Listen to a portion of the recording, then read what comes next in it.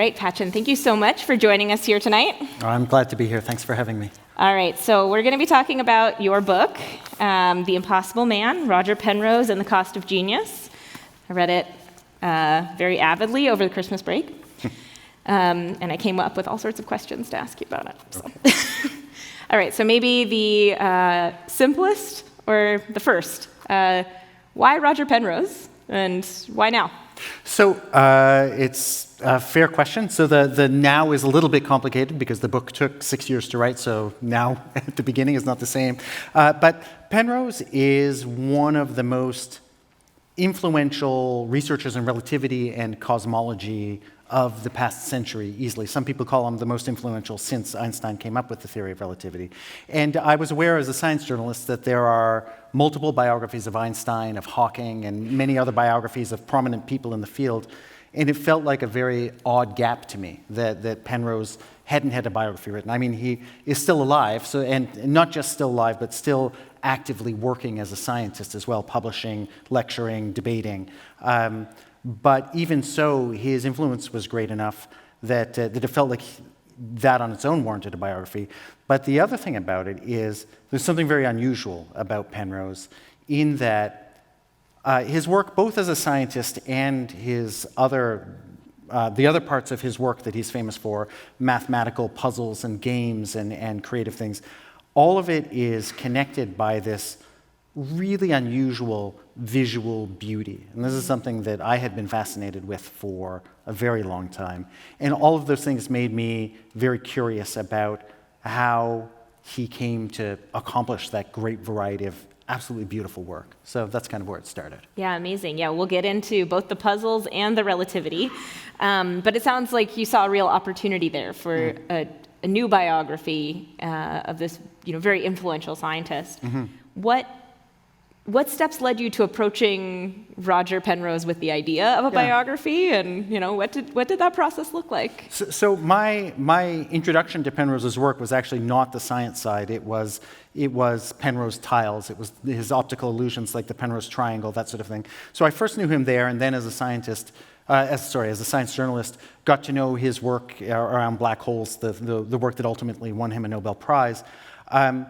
And just by pure coincidence, I worked on a project called the Gravity Archive that was a multi-university effort to digitize the unpublished papers of some influential physicists, starting with Penrose. And through that, I got to know some of the work in his notebooks and that sort of thing. And his notebooks are full of compelling, beautiful drawings, and you could see little indicators of how, a half-formed idea and that sort of thing, which was really an exciting kind of insight. And also through that project, I first met him at a conference in Vancouver, and then approached him some months later about the possibility of working on a biography, and it just kind of grew out of that. Wow. And what was his initial reaction? I mean, he I think agreed that his life was worth examining, and I think that he, like anybody would be, was also, I don't know if nervous is the right word, but cautious about how that might proceed. Mm-hmm. And so that requires you to develop quite a lot of trust with your subject. Right. What did that look like for you? So, I mean, the way I would describe that, I guess, is we began doing interviews, like just to see how it felt and that sort of thing, and. As a journalist, as a science journalist, I'm very used to interviewing scientists, and so we began talking mostly about the science as we went. But it was because the project took so long, it really sort of grew and evolved over the years. But it was always a matter of each of us trying to be as direct as possible with the other, I would say. Yeah. Okay. So it sounds like you were fairly familiar with, the scientific side of his life before you took on the project. In the process, you got to know more about his personal life, and I think that was a very interesting side of it that I want to get into as part of the interview, perhaps a little bit later. But just in terms of, how much of his personal life were you aware of before you started the biography? I mean, almost none. I knew some stories that when we had first met, that he had told me stories as people do when they're getting to know each other, but I didn't know that much. And I think that what I was interested on that front, physicists have, as a rule, they have unusual relationships with concepts like time and gravity. And I was very interested in the interplay between sort of the professional relationship to those concepts and the personal relationship to those concepts, because it's something that I'm just deadly fascinated with, is, if you understand that time is not at all how we perceive it, how does that affect your approach to life, aging, deadlines, all of those sorts of things. So that was kind of where the personal side of it really started to grow for me. Was deadlines an issue as you were? Deadlines and mortality are two things that I have fairly major issues with myself. Right, okay. Right, okay, so I want to dig into the physics, because, I think first and foremost, many of us think of Roger Penrose as you said, a very distinguished and very famous physicist. Yeah. In the book, you talk about, the many physicists that he collaborated with over his life and the work that he was doing. Can you first just speak a little bit about the research that he really was doing as his most famous pieces of research? Sure. I mean, I think the most famous is probably the work that he won the Nobel Prize for, which was around black holes, and to a little bit of the story. So when Einstein first created the theory of relativity, it came with a pile of equations, and those equations could be used to make various predictions about the way the universe works. And testing those predictions were a part of testing the theory of relativity. But one of the things that the theory predicted was that it was possible for mass or matter to collapse gravitationally to a point of no return, where it just keeps getting smaller and smaller and denser till you reach a point of infinite density, and that was called a singularity.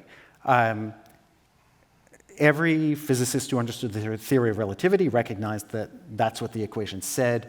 Almost nobody believed singularities could actually exist in our physical universe. Physicists don't like infinities. I don't mean to speak for any physicists here, but it's something that often, if your equations go to and give out an infinity, then it probably means there's an error in your calculation somewhere. So singularities were a prediction of the theory of relativity, but most people thought, sure, but that's just the math, not the physics.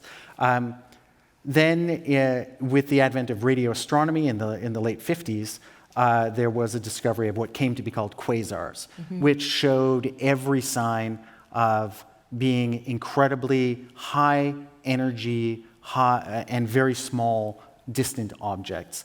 And they showed every sign of perhaps having a singularity at their center. And so a lot of people started to reevaluate, well, could we be wrong? Could there actually be singularities? And there were people all over the world in the late 50s and early 60s trying to come up with a theory either to prove their existence or to prove that they were impossible. Most people were looking for kind of exotic circumstances. If you have a perfectly symmetrical cloud of gas that there's no chaos or swishing around, maybe that could do it. Or there were other models that people thought would be possible. Penrose went the opposite route and looked for a general solution, something where you needed very few conditions in order for a singularity to form, and he found it. So he published a paper published in 65, I believe, 3 pages, some diagrams, very few equations, and that was the paper proving that singularities existed. There was a lot of debate. There was some very interesting intrigue over the debate about whether he was correct or not, but ultimately he was vindicated, and in 2020, much later, was recognized for that work with the Nobel Prize. So that is the thing he's most famous for, but he also has been hugely influential in the much broader effort to write and rewrite the story of our universe, how it began, why it is the way it is, how it might end up. He's been he's helped set the agenda for that research for more than half a century. And I think one thing that kind of surprised me in your book, so I think of Roger Penrose as who works on black holes. I think of it in terms of radio astronomy, these theories that relate to observations. But at his core, he sort of describes himself as a mathematical physicist. It's a very technical subfield, very math heavy, as the word suggests. You are not a scientist. Is that correct? That is correct. Okay, and so approaching, Very correct. I understood the concepts in the book very clearly. I thought you explained the physics extremely well. How is that process for you? What is it like to explain these extremely technical and very difficult to understand concepts in a way that, when I'm reading it, I can understand what's happening? Yeah, I mean, I work in general as a science journalist. I came to this through my work as a science journalist. And so it's a challenge that's not just for this book, but it's in almost everything I do, where I am talking to people who are elite experts in their field about highly specialized work. And Penrose is no exception on that front. So it is a lot of, I did, of course, read his papers for what that's worth, but I'm not reading them as a physicist. I'm not a physicist. I don't have the training in order to do that. I was fortunate to be able to talk not just to Penrose, but to other scientists as well. And I feel like the role of a science journalist, and in this case the role of a science biographer, is to kind of be a bridge between the true subject matter experts, the scientists, and the people who would be reading the book. So my job isn't to become a physicist, but it is to be able to understand the questions that people are trying to answer, the potential, the field of answers, where those could come from, and also not just to help make that understandable for myself and for readers, but also to make it relatable, because you can make it as understandable as you want, but if it isn't humanized, if it isn't relatable, then I don't think that people will make the effort to try to understand it. So a lot of it comes down to storytelling. It's about the journey of discovery as much as it is about the nuances of the science itself. And I think maybe related to the actual research itself in the math, Roger used to be mentioned in his notebooks, a very visual, very really diagram heavy, really a lot of sketches and things like that. I was wondering if you could just say a bit more about the role that visual storytelling played in a lot of Roger Penrose's research and work. For sure. I mean, Penrose did. He trained in algebraic geometry, but at heart, I think of him as a geometer, someone who is dealing with the shape of things. And his work, he often collaborated with people who were more on the algebra side, people who were more about equations. But if you look at his work, it's not just that it's visual, it's also that it is elegant. It is something where if you look at his diagram of a singularity, or you look at a space-time diagram, which is another one of his great innovations. All of his work has this kind of grace about it, where even if you can't fully grasp the scientific concepts that it is so powerfully depicting, you can still just appreciate the connection to this kind of underlying mathematics of the universe. There's something beautiful and compelling about it.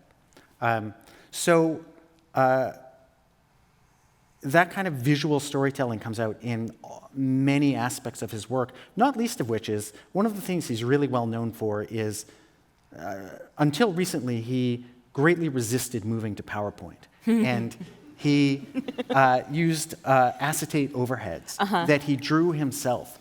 And it wasn't just that they were graceful diagrams, but his presentations were performances of visual storytelling. So he put out a diagram of the history of the universe, and then lay another acetate on top of it to tell a story, or turn it upside down and all of a sudden it's telling a different story because time is reversible, or making a point that way. There's something, I mean, I think that's one of the ways that he became not just this influential scientist, but also someone who had a huge public profile, has a huge public profile. He's known well beyond academia. I think part of that is because of the visual grace of his science. Did you get to interact with those transparencies quite a bit? I did, yeah. In fact, I got to watch Penrose present with them, and also got to sit down with him and talk through some of them, get his thinking about how he created them and how he uses them and that sort of thing. Total privilege. Wow, amazing. I think related to this grace and this beauty that you're talking about, one of the things that you hit on in the book, and that maybe is not a surprise given the title of this evening's event, is this idea of unexpected simplicity. And the ways that it shows up, not only in mathematics and physics, but also in art. Yep. Can you say more about that idea? Yeah, sure. So the term unexpected simplicity came out in a talk and a paper that Penrose gave in the 1970s. I'm not going to be able to remember the exact year. And he was talking about Penrose tiles in that speech, but it was something that read like a kind of manifesto about his approach to both mathematics and science. And it is this idea that a problem can look incredibly intractable and complex and difficult to solve, and sometimes with a little shift in perspective, it suddenly becomes simple. And if you notice a possibly simple explanation for something, it's not quite Occam's razor, but it is an idea that if there's a simpler way to see things, that might be the path toward discovering an important new insight.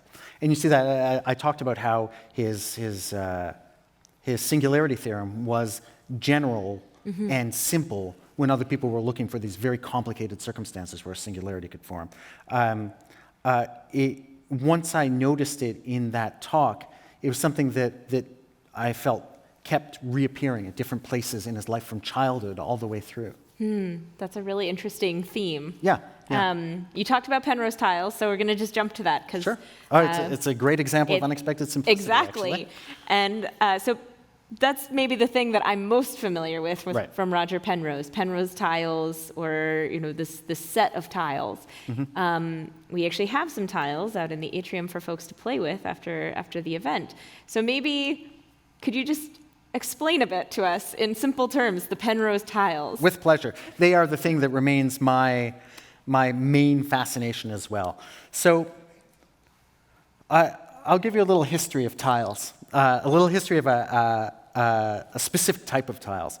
And these are tiles that can cover an infinite plane with a pattern that never repeats. It can't repeat. There's no way to put the tiles together so that they repeat. And it is an idea that originally, when people talked about it, it was another thing that people thought was impossible. You can't create a finite set of tiles that will cover the plane. You can use multiple copies of them, but you only have so many types of tiles that will cover the plane with no gaps, no overlaps, in a pattern that can't repeat. This was a theorem originally put forward by a mathematician named Hao Wang, that this was impossible. He had a student who tested the theory and eventually determined, no, in fact, it is possible. You can create a tile set that is what's called aperiodic, has this non-repeating pattern. And once he figured out that it was possible, he created a set of tiles. They were squares, and the squares were a different color on each side. And the tiling rule was you had to match color to color as you were doing them.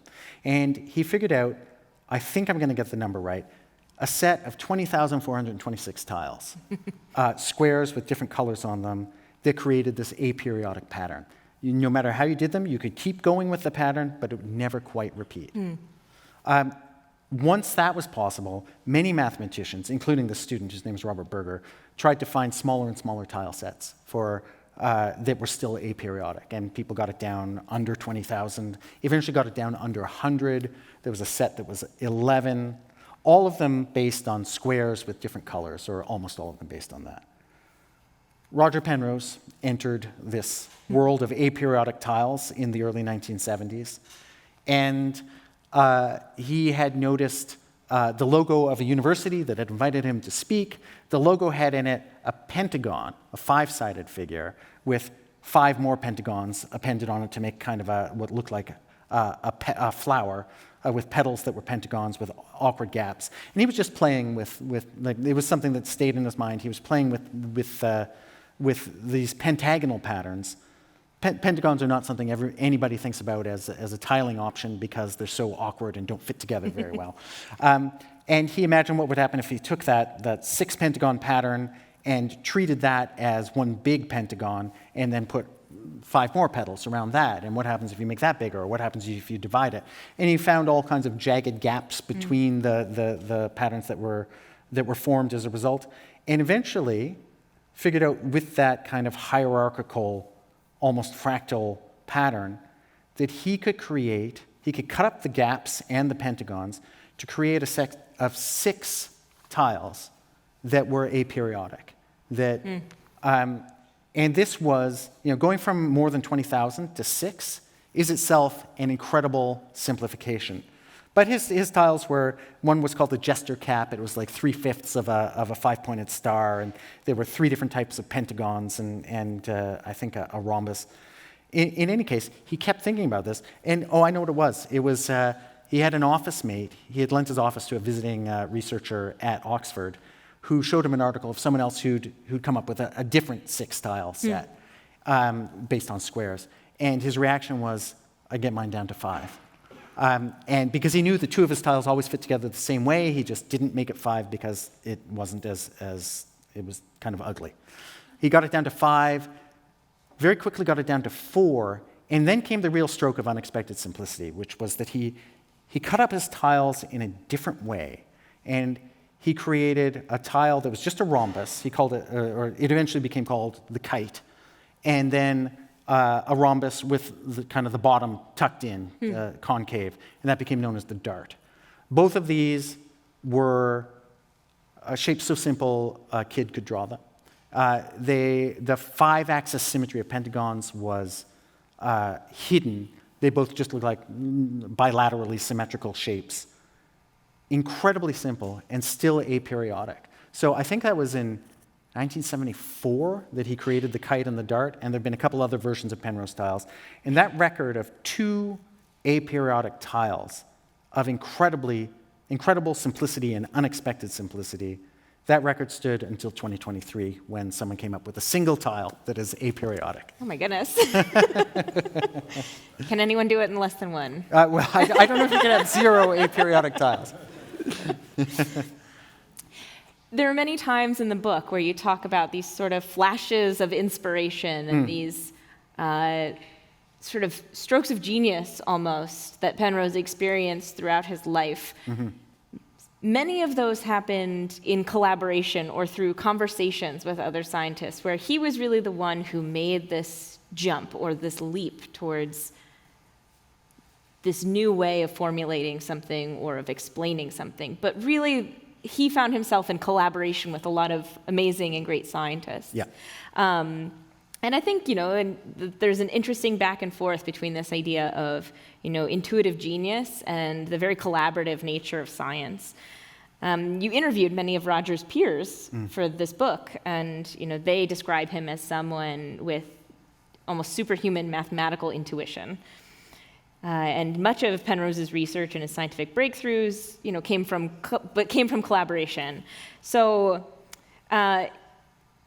in talking to Roger Penrose, did you get a sense for the role that these 2 things, collaboration and intuition, played in his own view of his research? It's a great question, and it was another of the motivating factors for the book.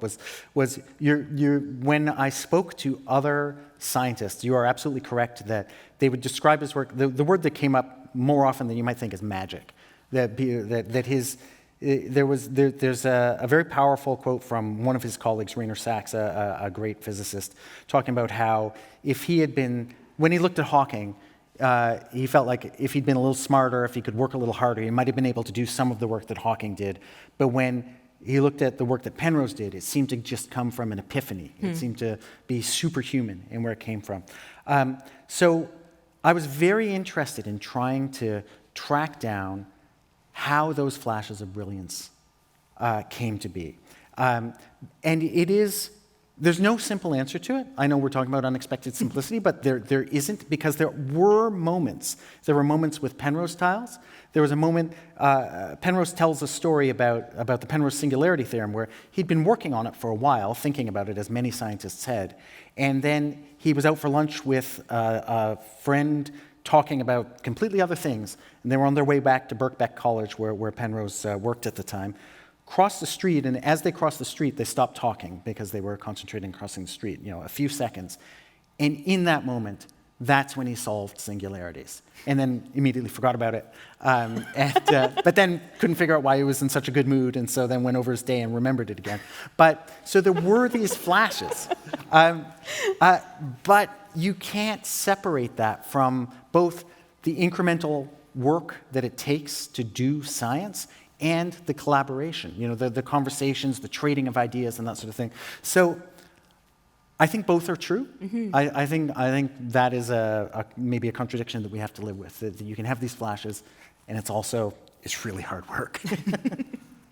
You brought up Hawking, and I wanted to ask a question about the relationship between Penrose and Hawking. They published several famous papers together, and were close collaborators for a while, but it sounds like from reading your book, it sounds like there was a bit of a complicated relationship between the two physicists. Yeah, I mean, it's interesting because I feel like there's kind of a motivation to make them either great friends or great enemies and that sort of thing. And I don't think either of those things were actually the case. They were definitely colleagues. I talked about Penrose's visual sense. Hawking certainly shared some of that and also had great facility with equations as well. The work they did, they didn't do as much work together as people often think. It was a couple of very influential papers. They did certainly work in the same area. And I think, early on when they were first in very regular contact with each other, they were certainly, after the Penrose singularity theorem was established, Hawking built on that, flipped it around. So Penrose had figured out this point of infinite density where space and time come to an end moving forward.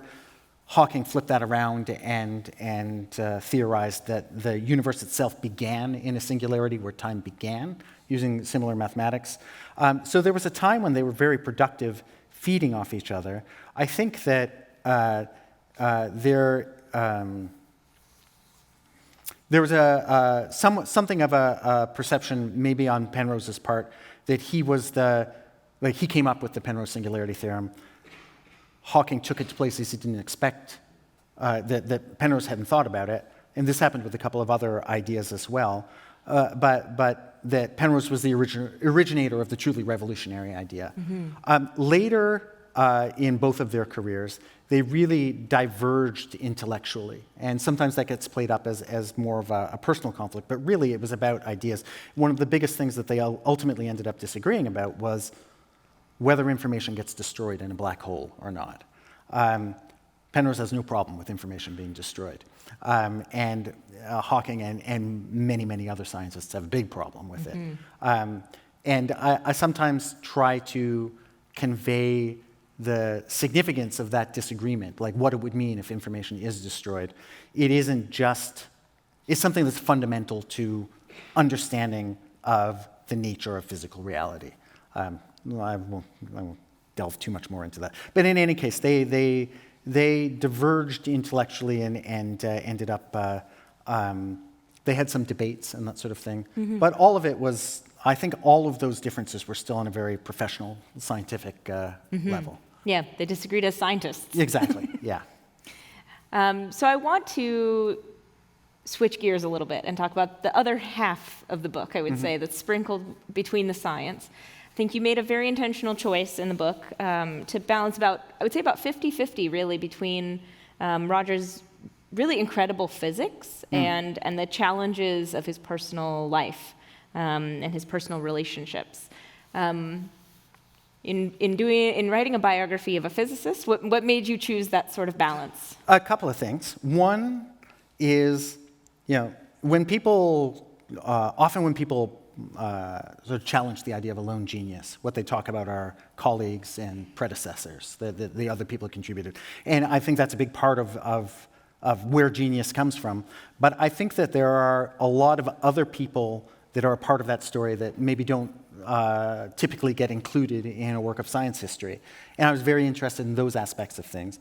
I was also, as I said at the beginning, I was interested in the interplay between personal and professional relationships with time and space and gravity and all of those sorts of things. So for all of those reasons, when I was telling the parts of the story about his personal life, I was trying to do everything through the filter of how did his science affect those relationships with other people? How did those relationships with other people affect his science? And that was really what I wanted to try to get at.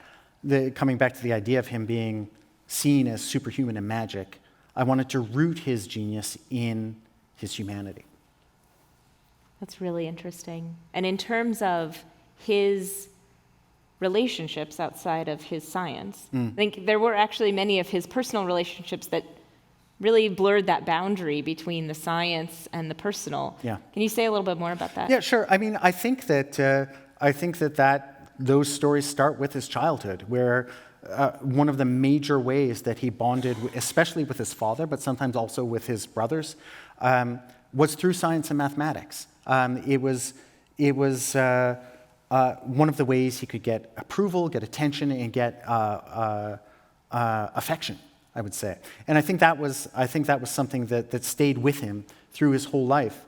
And whether it was with friends or romantic partners or with family members, a huge part of the way he connected to people was through the incredible joy and beauty and sense of discovery that came with his science and his mathematics. And, well, actually, I'll just leave it there. It's probably going to feed into my next question. Sure.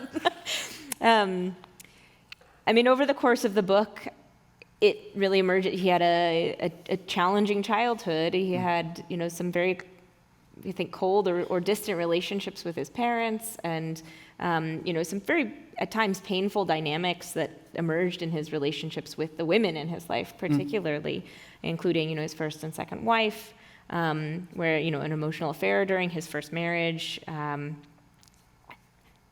Can you tell us a little bit more about this? How it was to write about this and learn about this and work through this with, as a biographer? Yeah, I feel badly now that we called the talk Unexpected Simplicity, because all of these things, none of these things are simple. Mm-hmm. They're not simple to learn about. They're not simple to write about. I knew when I was going into the book that I was going to learn about a human being. Human beings, I would say, are not unexpectedly simple. I think being human is complicated and hard, and I think that is part of his story, the way I think it's part of everyone's story. So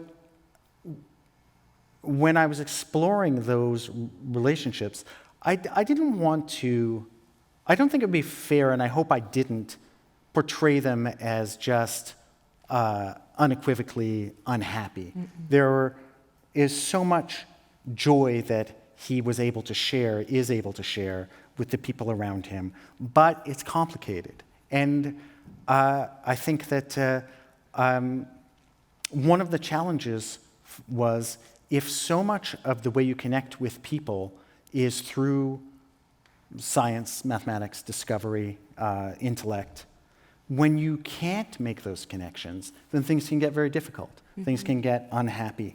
And there were a number of times where that unhappiness became a more complicated puzzle than solving black holes or solving the origin of the universe. So again, when I was writing about those things, I was still trying to connect it all back to these works of genius as I was going through, but I didn't want to hold back either on the humanity of his story. So that's where I kept coming back to. Not simple. Not simple at all. How did you find working with Roger Penrose on these these topics around his personal life that Yeah. factored into the biography. What was that experience? I mean, to his credit, we spoke directly about the stories that are in the book. And in our interviews, when I would ask him direct questions, I really believe that he answered equally directly. And I think that the result of that is a really unusual level of insight into what goes into an extraordinary career like his. I want to talk about the title of the book. Okay. So I still don't. This is why I'm dying to ask you, because I read it cover to cover, and I still have this question. So the title is "The Impossible Man." Can you tell us a little bit more about why you chose this title? I absolutely can. It has a couple of meanings. One of them is we've talked about people thought singularities were impossible. He demonstrated that they were possible. He wasn't the person that proved aperiodic tiling was possible, but he was part of that journey. Another of his most famous mathematical creations is something often called the impossible triangle, which is an optical illusion that he developed in the 1950s. So much of what he did it was proving impossible things possible. It was creating impossible things and doing things that people thought were impossible or that felt impossible. The other aspect of it is that if Penrose thinks mainstream science is wrong, if he thinks a theory is flawed, if he thinks there is a better explanation, he's not going to be deferential about it. He doesn't shy away from it. And in that way, that's the other meaning of impossible. He will not make it comfortable for other scientists to just go. I mean, one of the prime examples of that is around string theory, which he has no patience for, and he will not defer. So he can be impossible in that way as well. He can be stubborn. Okay, that makes a lot of sense. And then the subtitle of the book, I'm really getting into it. Yeah. The subtitle, Roger Penrose and the Cost of Genius. Yeah. I think it comes out a bit throughout the book what you mean by the cost of genius. Maybe not necessarily a cost as much paid by Penrose as by those close to him, but maybe you can tell me more about what you were thinking with the subtitle. Yeah, it's funny because I still roll that around in my head a fair bit because sometimes I think what I'm really writing about is the cost of being a human being. And in some ways that's true because I think all of us experience trauma and confusion, and we try to figure out how to live our lives and how to love and how to be loved. And there is often a price that comes with the missteps we make and that sort of thing. So I've really tried to think, what am I talking about when I talk about the cost of genius? And I think one of the things about it is, I think people sometimes have a perception that to be a genius, whether it's in physics or whether it's in art or musicianship or sports or anything else, where you're going to be the absolute best in the world, where you're going to change the game, where you're going to do something truly original, all of which Penrose did, that you somehow have to be removed from the people around you. You can't be concerned with everyday things. And that is a cost. It's a cost to yourself, and it's a cost to the people who care about you. I don't know, though, I don't mean to imply that cost is a necessary cost. I don't know that you have to pay that fee to win a Nobel Prize, to change how people understand the universe, to do all of those revolutionary things. I don't know. But anyway, those are the things I was thinking about when I came up with that subtitle. Really interesting. So as you were writing this book, you said it took you 6 years to write. Yes. And you started it, somewhere around 2018. Yep. And Roger Penrose won the Nobel Prize for Physics in 2020. First, just as an aside, how did that feel as a biographer? It was, I mean, obviously it was great. But also, I had really been struggling with how the book was going to end before that.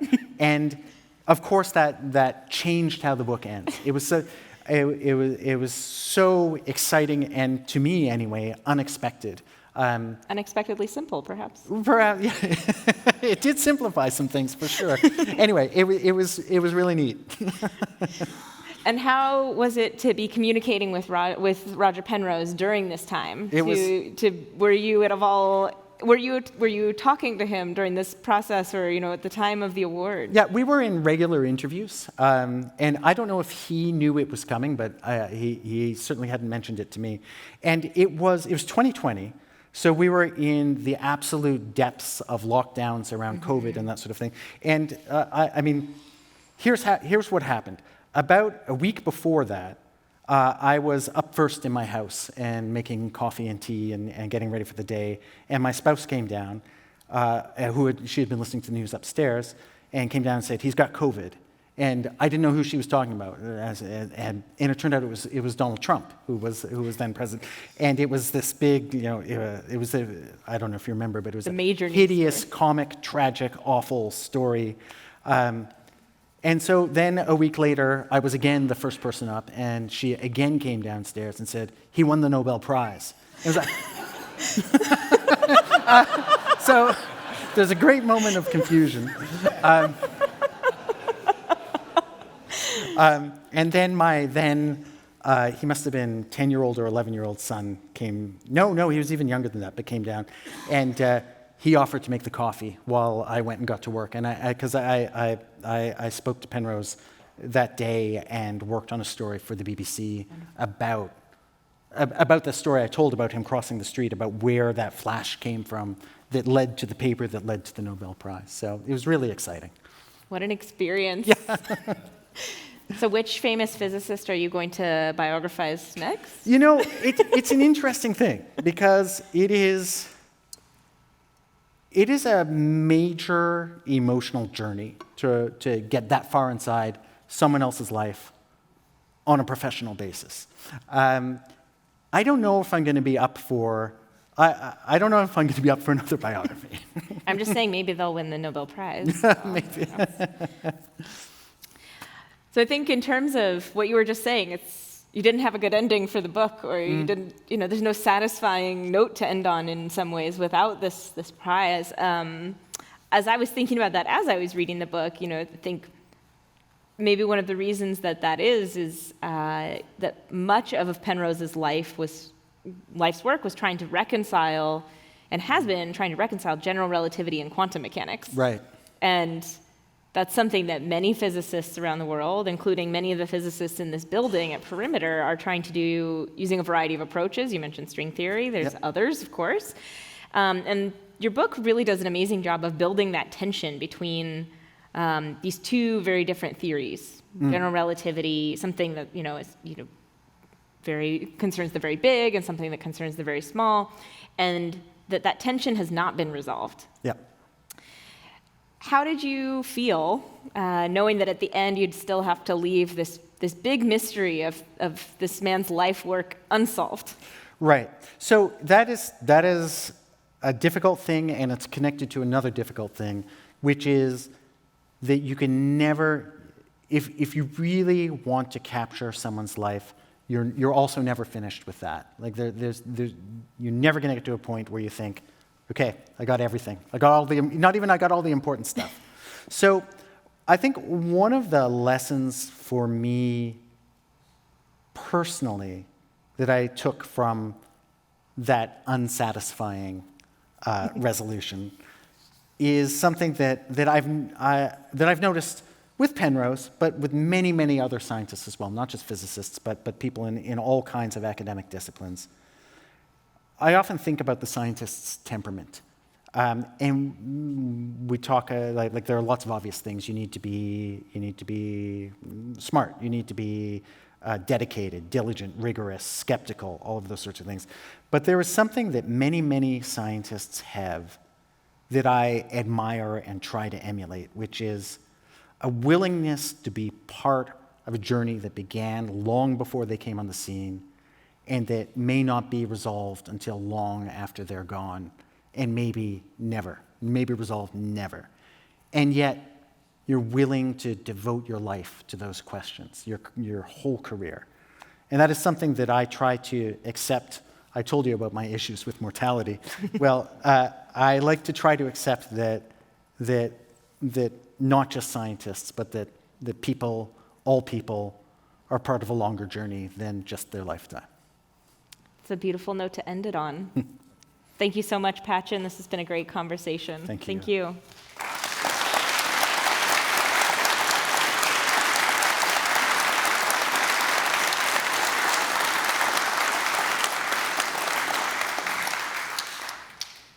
So now we have a little bit of time for questions from the audience. So if you have a question for Patchen about the book or about anything we discussed, please feel free to make your way to the microphone up on the stairs just over there. If you're not able to make your way to the microphone, you can raise your hand and we'll try to get a microphone to you. While we get set up, I will ask one of the questions from our online audience. Did Roger Penrose ever suffer from imposter syndrome? What a great question. Not exactly, but one of the things that I tried to document in the book was his journey from when he was a kid in, let's say, London, Ontario, where his family lived during World War II, when he first discovered his love of mathematics, because he had a great teacher who saw in him some possibilities and gave him more time to work on things, and it was really an eye-opening time for him, to his decision in the last years of grade school to drop biology, thereby giving up on the family expectation that he would have a medical career, in pursuit of mathematics, knowing that he loved it, and then, against his parents' wishes, studying mathematics in university, all the time having some doubts about whether that was a valuable thing to do with his life or not. So it wasn't imposter syndrome, but it was some question about what his life, what his career was going to be about, to then making the shift from pure mathematics to mathematical physics, and then kind of growing into the community of elite physics, and starting to think not just that maybe he found his thing, but maybe he was really good at it, and then maybe thinking maybe he was really great at it, and then perhaps that he was one of the greatest at it. That was not a fast journey, and that was not something that was assumed from the beginning. So there was definitely, he wasn't always the person as we see him today. We have another question up here. Hi, I was just wondering, how would you have ended the book if he didn't win the Nobel Prize? Because I know you said that affected how it ended a lot. Well, so I think the actual ending of the book goes beyond the Nobel Prize anyway. And what the conclusion of the book is, I center on a theme that runs throughout the book, which is that people aren't puzzles that can be solved the way physics problems can be solved, and that there's always another piece, or a piece that used to fit that doesn't fit anymore, and that is an endless process. So I wanted to allow readers to kind of sit with that unsatisfying understanding of how complex a human life is. So I probably would have ended with that as well, just without the excitement of a Nobel Prize. thank you. We have some more questions coming from the audience, but we have one more from online. If he had to choose another career, what do you think Penrose would choose? Oh, I don't even know if I could. I mean, he did almost have a medical career. Okay. That was the plan until he made some course choices. He is a musician. He's an artist. He has lots of other talents, but who knows? Mm-hmm. Who knows? Go ahead. Hi.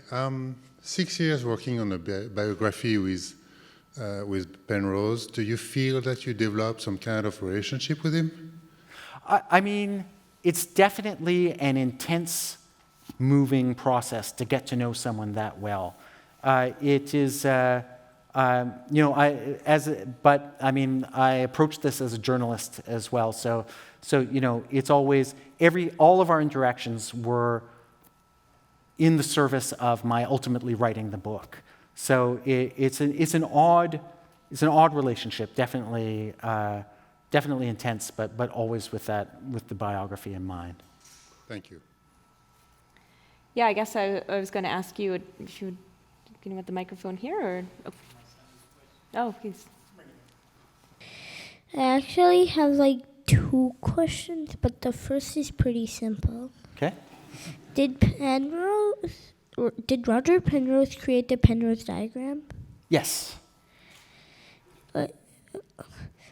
I watched a video like about space-time curving and a bit about the Penrose diagram, and like, can you tell me a bit more about the Penrose diagram? Yeah, sure. So we it's something I didn't get a chance to talk about tonight, but I love talking about it. So Penrose diagrams are